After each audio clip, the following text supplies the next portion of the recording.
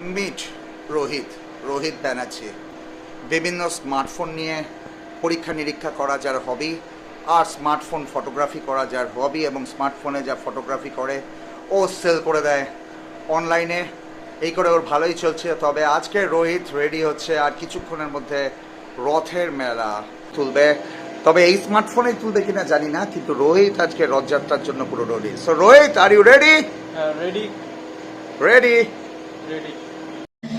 Krishna Krishna Hare Hare Hari Hari Hari Hari Hari Ram